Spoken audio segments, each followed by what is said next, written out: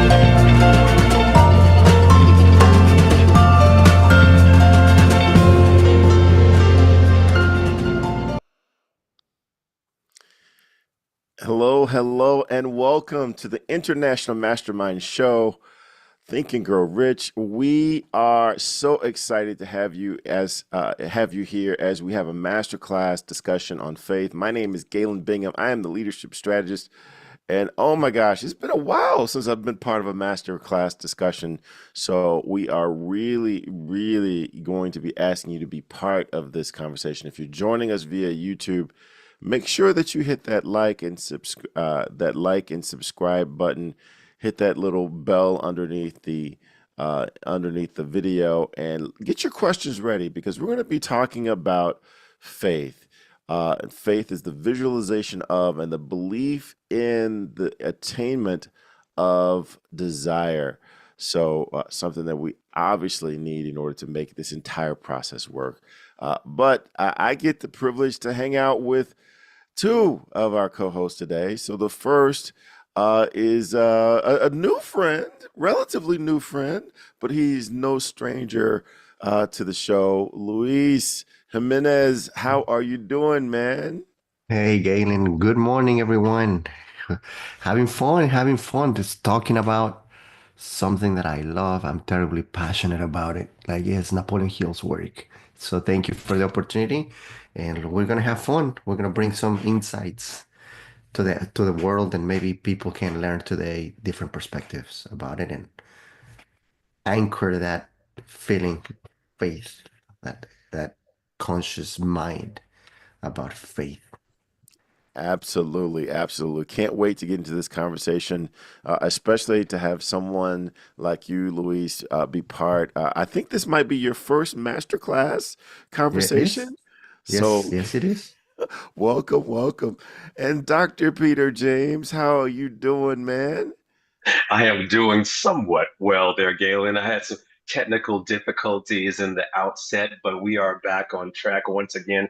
But I allowed my faith to carry us through to this point right now. So I'm ready to dive on into this conversation because, Galen and Louise, I truly believe that there is no time like right now that we really need to reflect on this faith chapter deeply for either ourselves or someone close that we know about today and the outlook for the future. So I am so ready to dive into this conversation because I don't know about you, Galen, but I need this right now as well.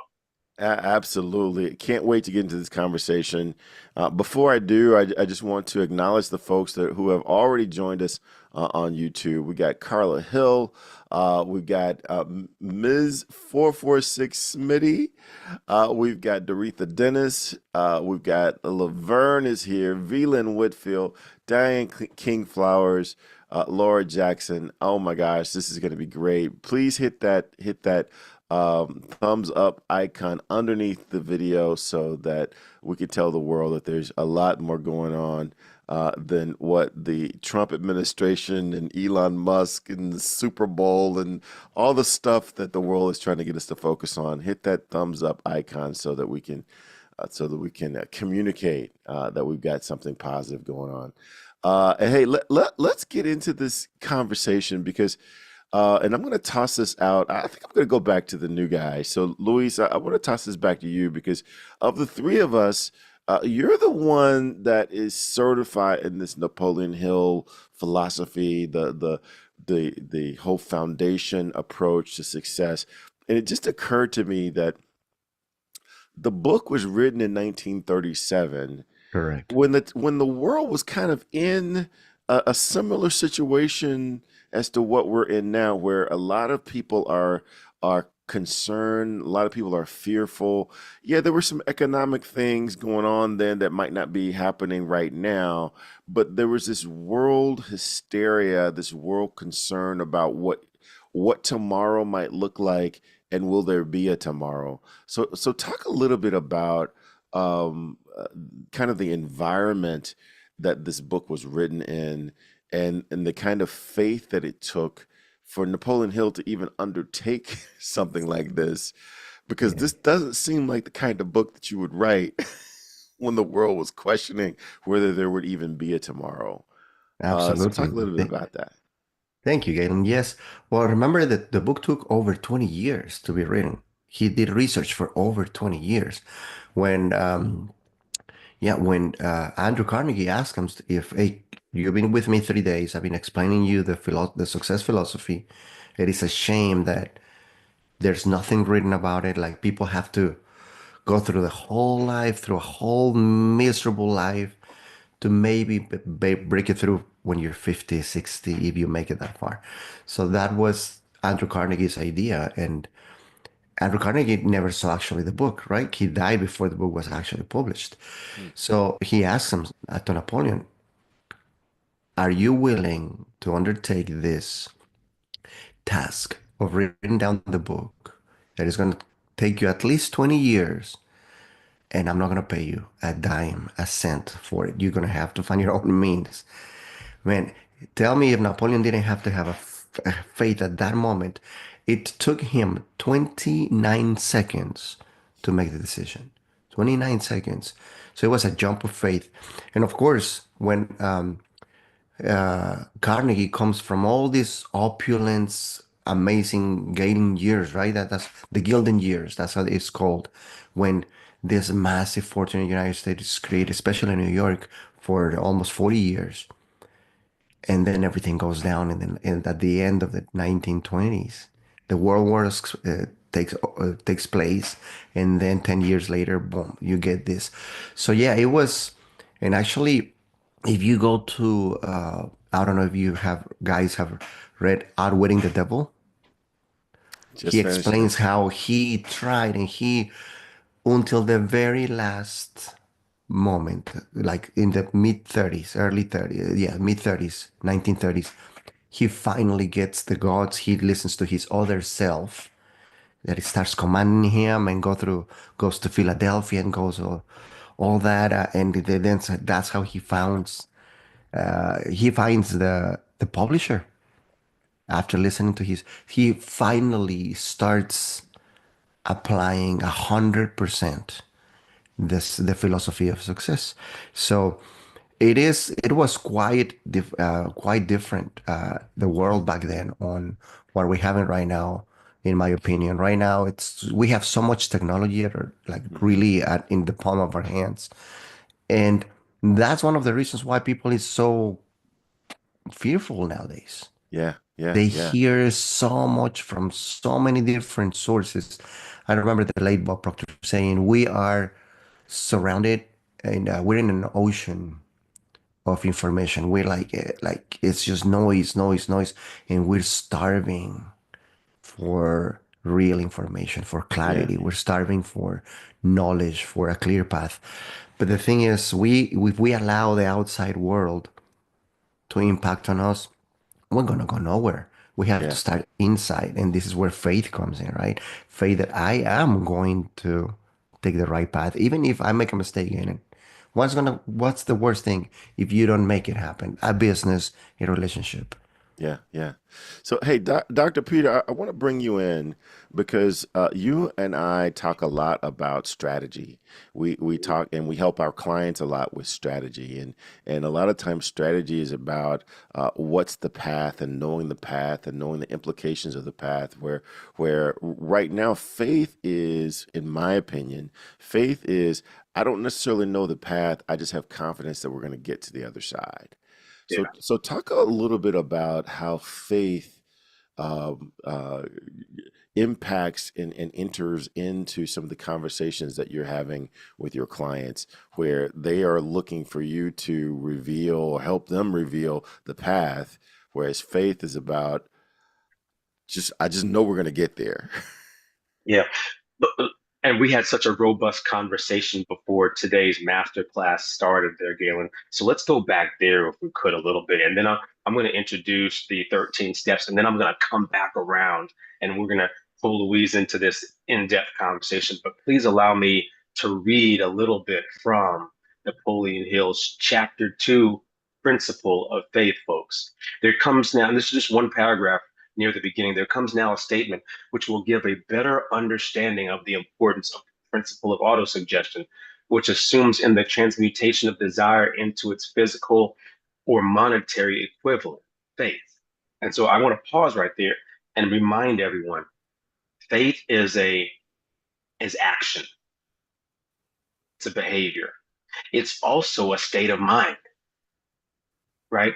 And so now listen to how and why I say that.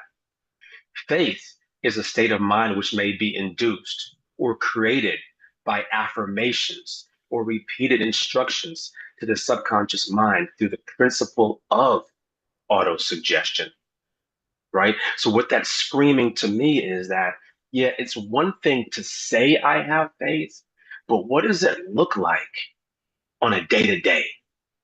What does it look like in my words? What does it look like in my actions? What does it look like in my behaviors? And if they are not aligned, we might have to question our own faith there, Galen. We might have to question that. And especially in this day and time when the media is holding on so tightly to everything that comes out of this new political administration, what does that do to your actions, behavior, and mindset? All that being said, there, Galen, I love this video on 13 steps because it provides us a nice little overview of what we need to reflect on from this text, Think and Grow Rich. So, those of you who have never had the phenomenal opportunity to pick up this book and to read it from cover to cover, like we all have, this is your first introduction into it. And hopefully, you'll pick up one gem that'll make you want to go even deeper. So, give it a listen. Number one is desire. Napoleon Hill said that everything starts with a burning desire, a compelling reason for doing what it is we do. Step two is faith, having belief in our ability to attain that which we desire. Step three is what we call autosuggestion. Autosuggestion simply means being very intentional about the things that we are pouring into our thoughts, into our brains, and into our consciousness. Our brains, our minds will receive everything automatically, but we have to work extra hard to make sure that the positive things are what we are feeding ourselves, because those positive thoughts are going to turn into positive actions. Step number 4 is specialized knowledge. No one person knows everything, even about whatever their particular area of expertise might be. And the value of the mastermind principle is using the specialized knowledge of other people. Step number 5 is imagination, the workshop of the mind. Everything starts with our imagination and our thoughts, the burning desire to transform those thoughts into our reality. In order to do that, we have to take a look at step 6, which is organized planning. That is how we crystallize our desire into action, organizing ourselves. Having the thought and not acting on the thought isn't going to get us anywhere. We have the thought, we go through the organized planning to transform that thought into action. Step number 7 is decision. What Napoleon Hill said is the mastery of procrastination. Napoleon Hill said that the antidote to procrastination is simply to make a decision and then move on that decision. Step 8 is persistence. We have to have a sustained effort which is induced by our faith in order to achieve our goals. One of Napoleon Hill's books I love, even the title, 3 Feet from Gold.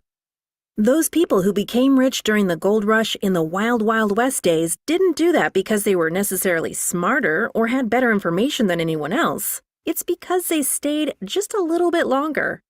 Sometimes people left when they were just literally 3 feet from gold. So hanging in there, being persistent, is step number 8. Step number 9, the power of the mastermind, the driving force. None of us can accomplish anything on our own. Everybody, I don't care who you are, from the most prominent person to the person who might be considered the lowest on the totem pole, everybody has someone who helped them get to where they are. And the power of the mastermind is being able to use those influences around us, use the thoughts, use the knowledge, use the exploration of other people to help us in achieving our goal. Step number 10, the mystery of sex transmutation. This title can be a little confusing, but essentially what the mystery of sex transmutation means is that we oftentimes in our society think of sex as being purely physical. It is absolutely physical, but what Napoleon Hill teaches us is that sex also has an emotional element, and that sex is the strongest of our desires. That if we can take our sexual energy, transform that into positive, creative influences, it can propel us to new heights. And so we spend quite a bit of time talking about the mystery of step 10, which is sex transmutation. Step number 11 is the subconscious mind, which Napoleon Hill tells us is the connecting leap between our human mind and the infinite intelligence, the source of all thought, the source of all creativity. Conscious mind, we spent some time talking about how we use that through the influence of autosuggestion and what we're feeding into our mind. Step number 12, which is the brain, the broadcasting and receiving station of thought. Final step number 13, the sixth sense, the door to the temple of wisdom. This is the final step through which infinite intelligence may and will communicate voluntarily without any effort from or demands by the individual. The principle is the apex of the philosophy. It can be assimilated, understood, and applied only by first mastering the other 12 principles. So Gail, let me jump in really quickly. I want to do something really quickly if I could. And I want you and Louise to really reflect on this. Anybody that you know who has out of the blue started reciting this poem, for lack of a better word, what did it make you think? The Lord is my shepherd, I shall not want. He maketh me lie down in green pastures. He leadeth me beside the still waters. He restoreth my soul. He leadeth me to the path of righteousness for his name's sake. Yea, though I walk through the valley of the shadow of death, I will fear no evil, for thou art with me. Thy rod and thy staff, they carry me. So I'm not going to go the whole thing and say, even though it's a short one, but what does it have you, what does it provide for you, Galen, when I state that 23rd Psalm? For me, it's a sense of calm.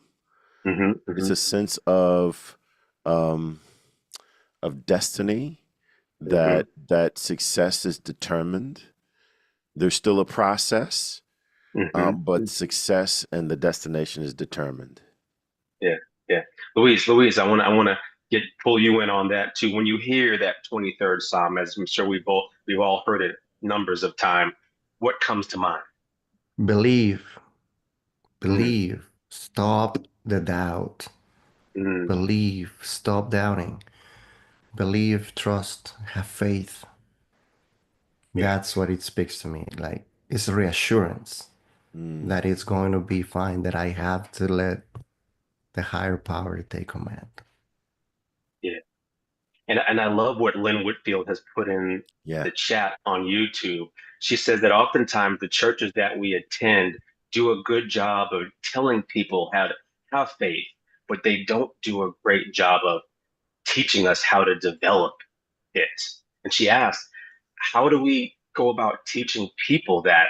And Galen, I'm going to hand it back to you, but on page 46 of this chapter, Napoleon Hill then provides us and says, specifically to that answer to that question is repetition or affirmation of orders to your subconscious mind is the only method of voluntary development of this emotion of faith. You know, Powerful. I love that, and I saw Lynn's question, and I think about my experience growing up in the church, where the church would tell you to recite scripture, but they wouldn't tell you necessarily why. But reciting scripture was doing exactly what you just read, Dr. Peter. You can't pull out what you don't have in. And I love what the author says a little bit farther down. He says, in connection with this, consider this statement that all thoughts which have been emotionalized, given feeling, and mixed with faith begin immediately to translate themselves into their physical equivalent or counterpart. Now, it doesn't say all good thoughts which have been emotionalized begin to translate themselves into physical equivalent.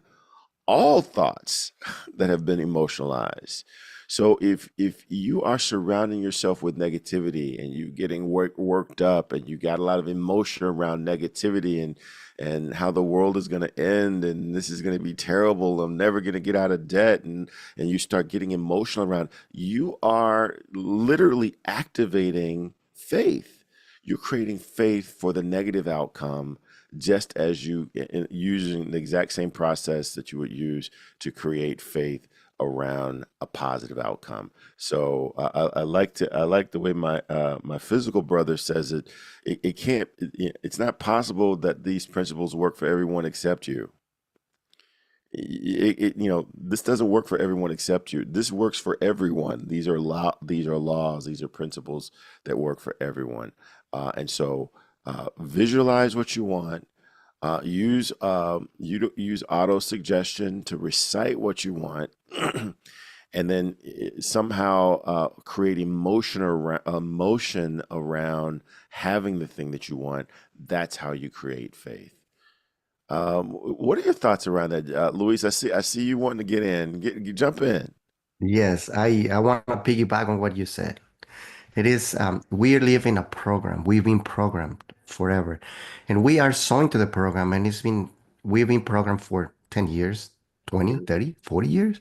And it's really, really, really hard to see it because it has become part of you. It's part of your thinking. I would like our viewers, ourselves, to pay attention to our silent conversations when we're talking to ourselves.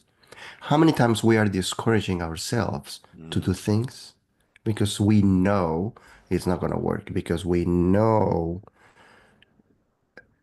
I'm not capable to do it. That is just the programming from us in the past, not not having the courage, taking action, what Peter was saying earlier, and do the things. So having that faith is just, we're confirming constantly, mm, often, what we're capable or not capable to do. So that's one of the things. The other one, I want to put an image on everybody's head so they can understand how the mind works and how can we start changing it, because that's what we're here for, right? Imagine that the mind is fertile soil, and you're going to plant corn, and you're going to plant nightshade, which is some kind of deadly poisonous uh, deadly poisonous thing. I forgot the word right now. So, but if you plant those and if you water them and if you take care of them, which one is gonna grow? Corn or nightshade? Both, right?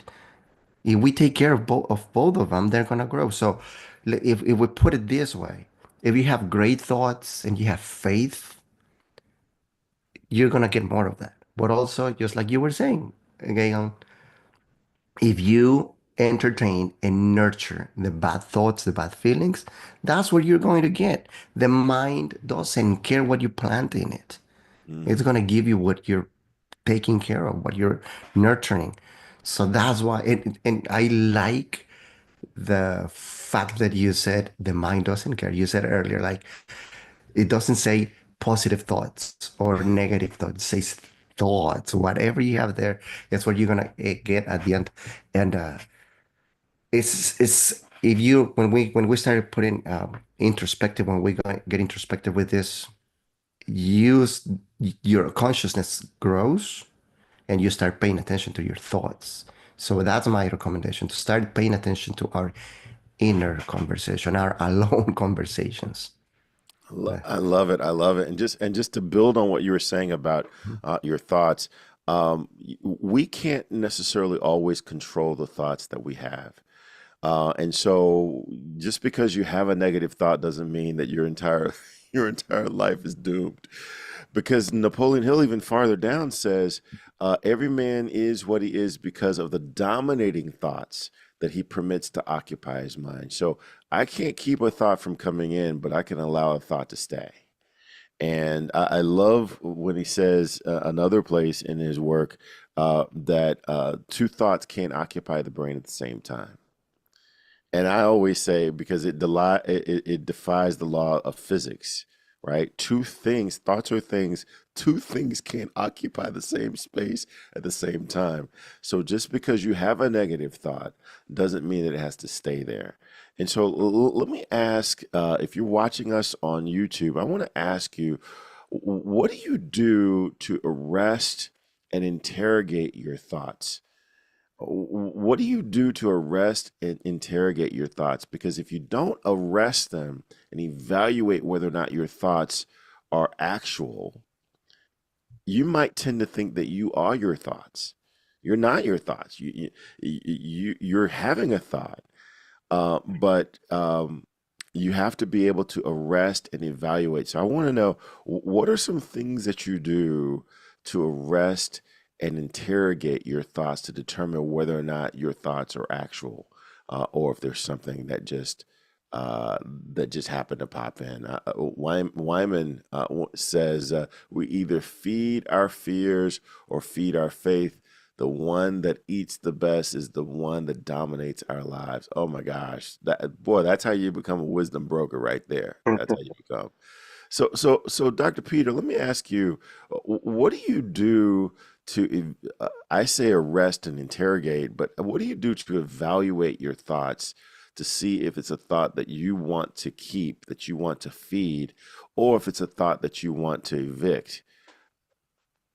Yeah, such a great question. I'm going to answer your question with another question there, Gabe. And the question is this for us and everyone who's watching.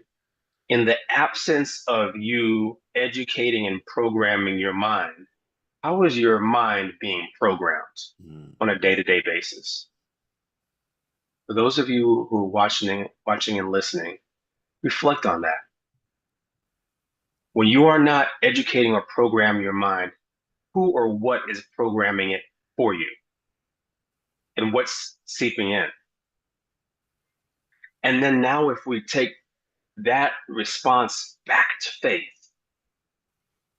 how strong is your faith as a result? mm, Because it's so easy when we are not, for lack of a better word, inundating ourselves with positivity, mastermind, auto suggestion. When we're not taking the time to do that, what's getting in? And we don't do enough reflection, looking ourselves in the mirror to ask us what is getting in. We just went on autopilot. And autopilot, unfortunately, in the absence of us taking control of this, allows the fear factor. Remember, faith and fear cannot operate in the same space. So the fear factor seeps in, and and it may seep in. It may the way that it seeps in may look different for all of us. And some of us may be paralyzed. Some of us may be worrying. Some of us may have anxiety. Some of us may go into a little bit of depression. Some of us may be going to sleep a little longer than we need to. Some of us may get sick and may affect our so many different ways that it manifests for all of us. But again, now, how do you begin to take back the wheel, as I like to say? How do you begin to drive your own car and stop handing the wheel over to somebody else? Yeah. And I think that's so important, Galen, that we do that exercise regularly to reflect on what's getting in and how is it impacting our actions, our thoughts, our actions. I'll tell you, something something I was thinking about when I was listening to you, Dr. Peter, is this idea of trying to evaluate how do people who benefits from your programming? You either program yourself or you're being programmed. Who benefits from that programming? And a lot of times people will think, well, a lot of things are just free. If you're not the customer, then you're the product. So even the radio station, which people will think of as being free, they're selling advertising based upon what you're listening to. So if you're not the customer, then you're the product. Sometimes even when you're the customer, you're still the product. So who benefits from your programming? And if you can't find a way to identify how you'd benefit from the programming, then you're probably the product. So I want to go. I want to bring in Luis. I want to bring you back in and ask you how do you guard against? Because you said this earlier. How do you guard against allowing the world to program you? And just showing up by happenstance, just kind of drifting in the world, and whatever happens. How do you take control of that versus Yes. going with the flow? I love it. It's a wonderful question, Galen. And you just said it, product. I love that word because we're the product of our surroundings. I take care of my environment. I have not watched the news in probably maybe a little bit here and there, but I haven't literally sat down or turned the news on purpose in years. I don't want, I'm gonna find out what's going on in the world eventually, and sooner or later. So I try to guard my mind. I put my environment where everything is the way I want it to be. I I carry in my wallet several $100 bills, and I'm not saying this to say, oh, I have a lot of money. No, it's because I like to have money with me. I like to call money with me. I'm putting that in my subconscious mind. So whenever I gotta pick up my wallet for to pay for whatever, I know I have $1,000, $2,000 in my wallet they are right there for me in case I need it. I am listening to my own affirmations all day long, 4 or 5 days times a day. I I have sticky notes all over my house that say I am abundance. I am abundant. I am happy. And I am creating. I'm number one. I know people might think that I'm crazy. I don't care what people think of me. That's another thing because that's a fear, right? At the end of the book, Napoleon says the six ghosts of fear. That's one of the biggest ones. What people is going to think of me, I can care less. I stopped a long time ago. So I am guarding my surroundings. We are the product of our environment. So my environment is extremely important. That's the first thing that I do. Fantastic, fantastic. I love how you are taking control of your environment. A lot of times people will think there are just so many things going on that I can't control. Well, there are a lot of things going on that you can control, and you're just choosing not to. It's really about choice. Dr. Peter, you and I talked about choice before the show. Uh, what are some things that we think? Well, I gotta listen to the news. I don't have a choice. I've Mhm. got to follow what the president says. I don't have a choice, right? But you do. What are some things that we might abdicate to other people without even knowing it? Yeah, that's such a good question because as you were asking that question there, Galen, I started to think more about what that looks like and why. So let's talk about this that you and I talk about quite a bit. Um, we start looking for a job. We put applications out there, resumes. Maybe you're looking because you don't have one. Maybe you got laid off. Maybe it's just time to look for a new job or something like that. Process takes weeks, months. Finally, after 6 months, find a job. You went through the interview process. They hire you, and and now it begins the process of assimilating into this workplace. Ooh, think about that word there, assimilating into this workplace. And you ultimately get comfortable and used to this work. And, for the first 6 months to a year, you just getting used to the environment and used to the things that you're doing. It takes sometimes that long, depending on how technical your job is. And then after about a year, 2 years, you're fully assimilated. And this is your job. This is what you know. And the money's pretty good. And I'm staying and I'm here. And now you begin to run on autopilot for this job. And now the company begins to introduce new things, different things, some of the things you don't love, some aspects you don't like. Here's a great example. The company tells you you got to come back to the office, Mm. right? And you don't love it, but you've been there so long that it's part of you. And so leaving doesn't really enter into the equation now because you're used to it. I just made the example about a job, a career, but there's so many different areas of our life that we've gotten used to. The places that you live, the car that you drive, the friends that you have, your family that you have, even some of the negative family that you continue to listen to on a regular basis because you have to, because they're your family, right? You see, we have programmed ourselves so much into this is how it needs to be because it is. When in fact, as you even mentioned, we have a choice. And we oftentimes, as human beings, don't exercise our choice as much as we need to. Instead, we let what has always been continue to always be. Interesting, huh? Yes. Or we allow fear, like Luis was talking about earlier, we allow fear to dominate our choices because we're afraid of the outcome. I love the way Lisa Feldman Barrett explains it. She says the difference between excitement and fear is the story that we tell ourselves about what's on the other side of this activity. So, based on the story that we tell ourselves, we're either fearful or we're excited. Everything else is the exact same. It's just the story. And so I'm going to suggest that you could say the difference between faith and fear is the story that we tell ourselves about what's on the other side of this activity.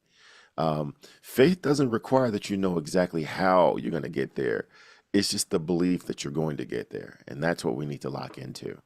Um, go ahead, Dr. Gail, King. I think you want to let jump me in. let me jump in real quick. So now I want to ask Louise and you and myself now, even in light of this conversation and all that's going on with us around the environment now, what are some things that you are doing now, or going to begin doing now moving forward to ensure that you are tightening up the faith aspect of your future so that the world doesn't have the power that you have taken it back and you are owning your own future?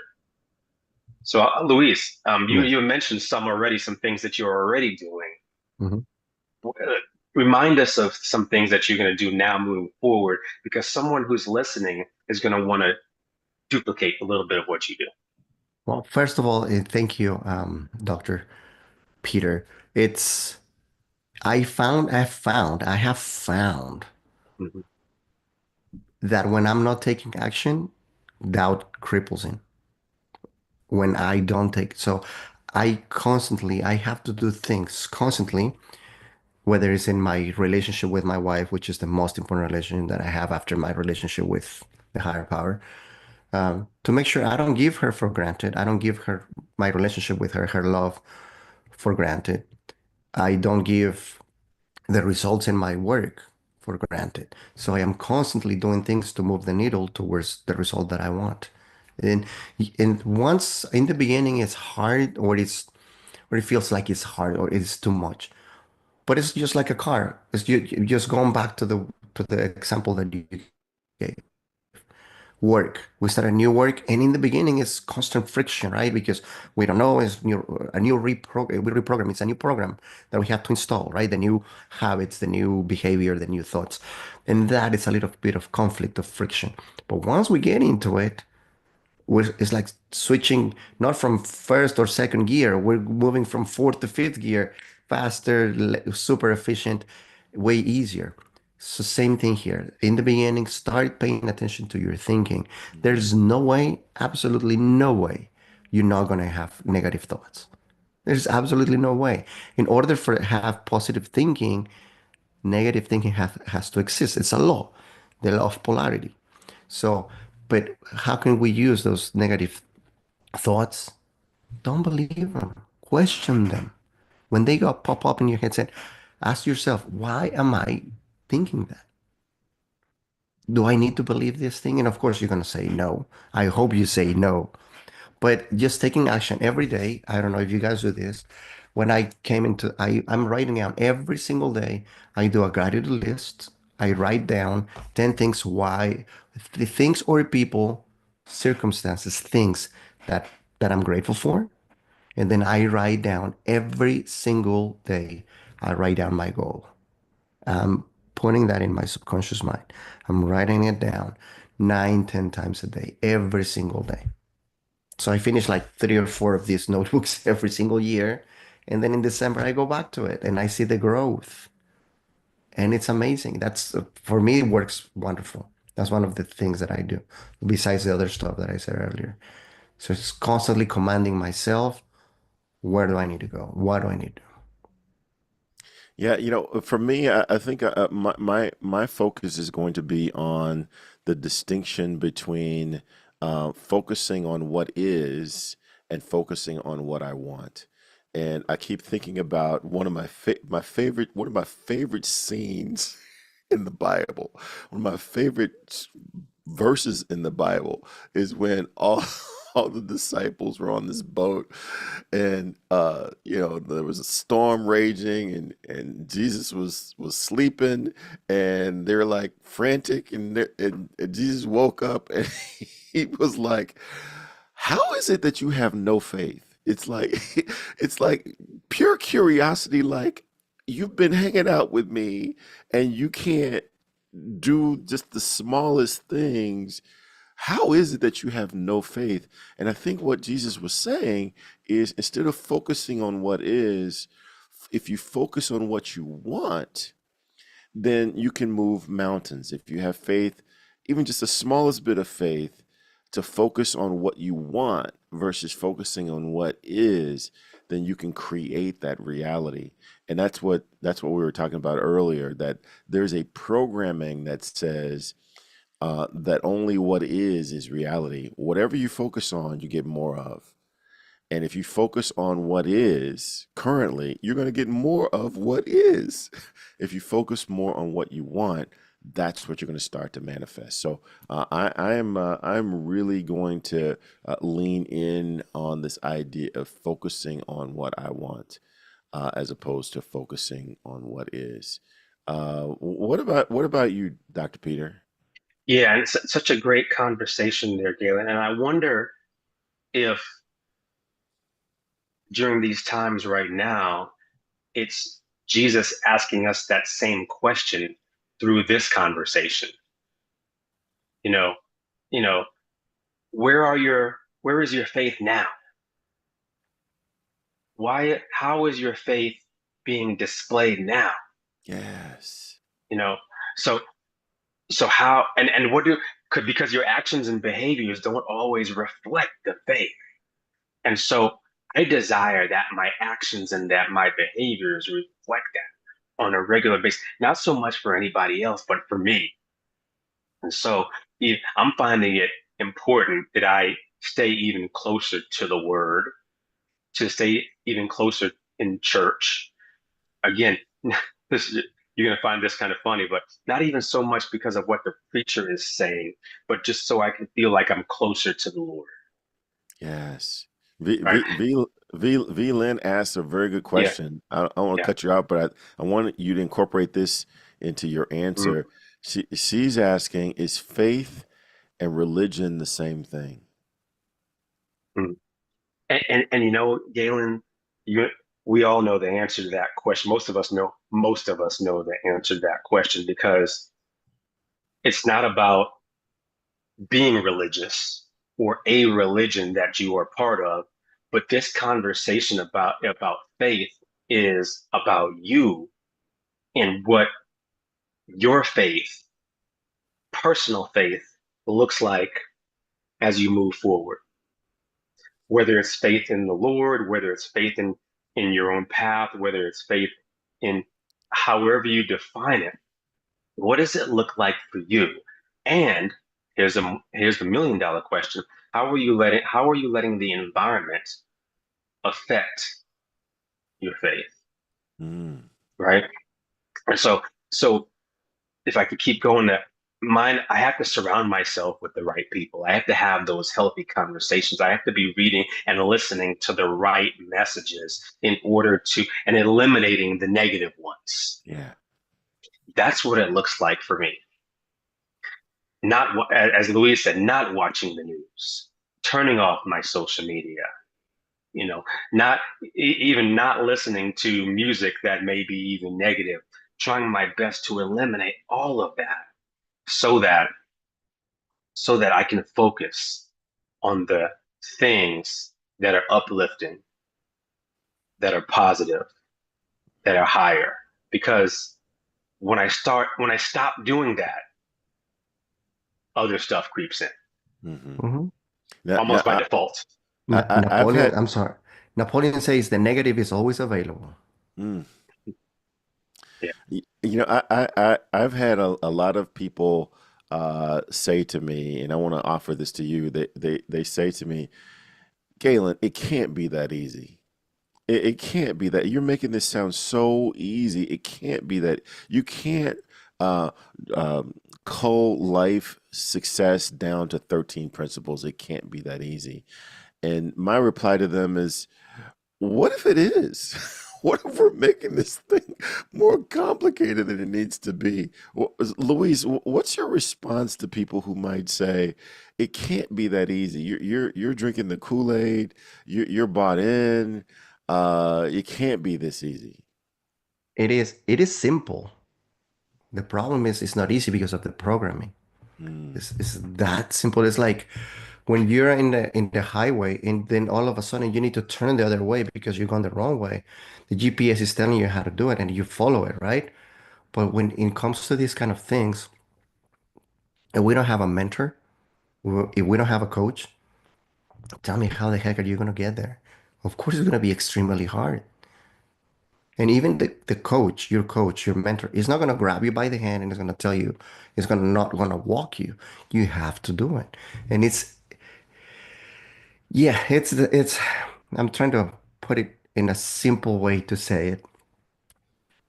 It is easy once you make the decision. Because if you keep telling yourself it can't be that easy, well, you're programming yourself, right? It's those words all the time. So that it is easy. We just need to find. I will ask to all the stuff that you guys have been asking. What are you reading right now? What are you reading right now? I started reading again, Viktor Frankl. mm. Man's Search for Meaning. Wow. It's an amazing book. The Search of a, I Yeah. forgot the title For right now, meaning, but the Man's search for Search for meaning. Meaning. Man's Search for Yeah, yes, yeah. Meaning. I just restarted it again, and he's speaking to me in a different language right now. It's not the same book that I read last time. Completely different. So yes, what are you reading right now? What is influencing you? And I Mm, promise you, it'll be easier. It'll be easier. yeah. And Yeah. hire a coach. I have a coach. You guys have coaches, right? I have a coach. So even Michael Jordan had a coach. The best player in the world has a coach. The best financial people in the world, the most successful people in the world, they have coaches. Why don't you have a coach if you don't have one? Yeah. That's what I would say. Hey, Luis, I'm gonna actually double down on what you were just asking about Mhm. having a coach. I have said a couple times, we got to get to Peter, but I've said a couple times that it's about following the ABCs of success, and the ABCs. The A stands for um, you got to have professional advisors, professional advisors. You got to have a financial advisor, a spiritual advisor, someone who has a specialty in advising you in certain areas. So that's the A. The B is you've got to have accountability buddies. So someone who understands what you're doing and how you're trying to do it, and they're holding you accountable for doing the things that you say that you are trying to do. They're holding you accountable because they understand the challenges that you're facing. They're holding you accountable for doing what you say you're trying to do. So that's the B. And then the C is you've got to have a social crew, and these are just people that you can just hang out with. You can let your hair down with. They're going to encourage you. They're riding with you. It's they're going to support you. Those are the ABCs. And if you are living life without following the ABCs, then any success you have is just luck. Dr. Peter, talk a little bit about this gorgeous photo that you've put up here on the screen. Galen, when you mentioned your crew, this is Galen's crew, right? This is our crew. And folks, this image that I have here on the screen is our annual accountability meeting, a Think and Grow Rich annual accountability meeting, in which we state our goals, we state our objectives in 10, 12 different areas of our lives and commit to what we're going to do, how we're going to execute faith in these areas moving forward. And if you don't have a crew surrounding yourself that can hold you accountable, then it may be time for you to dive into this annual accountability meeting that we have every single January. And Galen, where can they go to find out details about this annual accountability?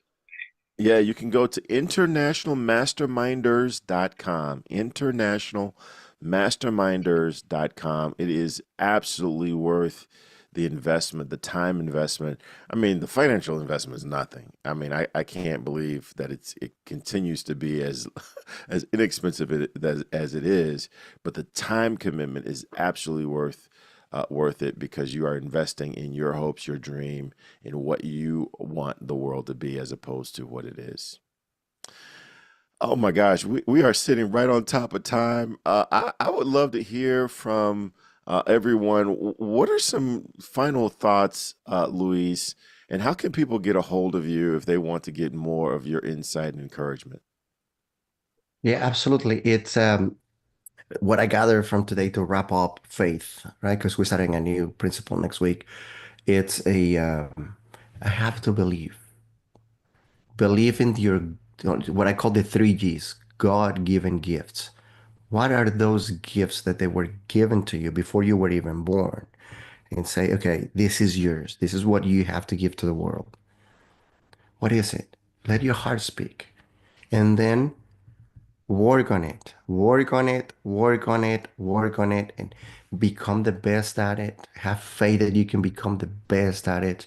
And you will be rewarded financially, emotionally, spiritually. Because when you find that purpose and it's fulfilled, your life You can go to bed every night with a big smile on your face, feeling like $1 million. And the best part, you get the chance to do it again the very next day. So Mm. have faith that you are here for a reason. That's all. And that you guys can find me on social media, LinkedIn, Facebook, Instagram, Luis Jimenez Coaching. And my website is luisjimenezcoaching.com. Super, super simple. And I didn't get the chance to type it, but yeah, that's where you guys can find me. So yes, believe, because remember, what the mind can conceive, believe and conceive, you can achieve. Fantastic, fantastic. What about you, Dr. Peter? What are some key takeaways, some key insights that you're taking from this conversation, and how can people get a hold of you? So much stuff there, Galen, that it's a little bit overwhelming. I want to go back to Viktor Frankl's book that Luis had mentioned there. For those of you who are unaware of Viktor Frankl, he was a psychologist, if I'm not mistaken, there, Luis, that was in the German concentration camps back during World War II or even pre-World War II. And he wrote his book, or began to write his book, while in the midst of the concentration camp. His faith was displayed via this book, and his search for purpose, his search for meaning, as is described. If you have never picked up that book, I highly encourage you to be able to do so sooner rather than later. Luis said it so good, and Luis, I'm gonna do you one. I'm gonna make sure that I share your website up here on the screen, sir, in order for everyone to be able to connect with you. Make sure they do that you do so. And folks, as you're reflecting on LuisJimenezCoaching.com, I also want you to reflect on what we started out by talking about as well. We were mentioning that, you know what, faith is not just our how we feel. It's not just what we think. It's also reflected in our actions and our behaviors. So you have to practice, get better at this faith thing. And the best way you do so is through auto suggestion, through your affirmations, through your surrounding of people, through you eliminating of the noise, eliminating of the negativity, injecting always of the positivity. For all those things I just described, that takes action. That takes doing. And if you are not actively doing, the negativity of the world will seep in at will. Hey, folks, my name is Dr. Peter A. James. You can find me at shiftyourmindset.com, also on LinkedIn as well. And if you or someone that you know is going through a rough period right now, especially with their career, I encourage you to check out shiftyourmindset.com, specifically the Own Your Career Challenge. And the Own Your Career Challenge is an opportunity for you to take back the wheel, as I mentioned earlier, take back control, to begin to own your own future. And the only way that you'll be able to do that is how Louise described it, is through associating with others, associating with not just one, but two experienced, credentialed, and certified coaches in myself and Galen Bingham. So, folks, great opportunity. What a phenomenal show, Galen Bingham. What a phenomenal show. Absolutely. I'll tell you one of the reasons why I really enjoyed this show is that it was a reminder of you're either programming your life or you're being programmed. If you're not the client, then you're the product. I spent 22 years working for one of the biggest advertisers in the world, and probably one of the best advertisers in the world. And we invested millions of dollars each year on programming the consumer to purchase a $2.50 bottle of Coca-Cola.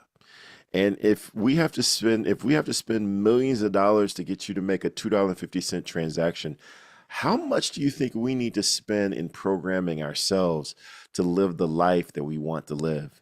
And yet we take it for granted and we don't invest the time. So I'm really gonna take from this conversation the importance of really putting in the work to program the kind of life that we want. And when we are afraid, I'm going to imagine myself being on a boat with Jesus and him waking up and and wiping the sleep out of his eyes, saying, Galen, how is it that you have no faith? How is it you've been hanging out with me? You've been professing to be one of my followers, and you have no faith? I don't get it. I don't get it. I'm just gonna really imagine that every time I'm fearful. Galen Bingham, the leadership strategist. You can find me on all platforms. The most fun way, the most profitable way, is to check out Whiskey Jazz and Leadership on every podcast platform, including on YouTube. We now are on YouTube. You can just type in Whiskey, Jazz, and Leadership on your YouTube channel, and you will get conversations that we've had with leaders literally all over the world about the music they listen to, the whiskeys they drink, and what it takes to be an incredibly effective leader. You'll see the conversation I just had with Mr. John Register, CSP, Hall of Fame speaker, Paralympian, and just an amazing dude. And I've had conversations with leaders literally all over the world. This is an incredible conversation. Thank you so much, Dr. Peter and Luis Jimenez. Thank you so much. Miss Ann McNeil, wherever in the world you are, thank you so much for this platform that you have had faith enough to materialize so that people can get encouraged in the world that they want to create for themselves. And so with that, until next time, please join us next Saturday, 8 a.m. Eastern Standard Time, where we talk about another principle of Think and Grow Rich. Until that time, Dr. Peter, what you got? I see Ann McNeil's hand raised, and I'm not Uh-oh. sure if she wants to talk or she wants to drop some nuggets into the chat. So I'm going to open her up. Ann McNeil, can you hear us? Yes, good morning, everybody. I just wanted to say congratulations to Galen for his major accomplishment this week on the front cover of She the kind of had magazine. on on the yeah, honored to be on the cover of Inc. magazine. I think it's just the online version, but Inc. magazine for executive coaches to watch in 2025. I'm so honored and thankful for all of my clients, all of my coaches, and all of the folks that are helping me to stay mindful of the kind of world that I'm wanting to create. And Anne was she's always lurking in, saying that I said only. It's not only. Thank you so much for that. But with that, again, thank you for joining us. Please join us next week, where we will again encourage you to think and grow rich. Take care.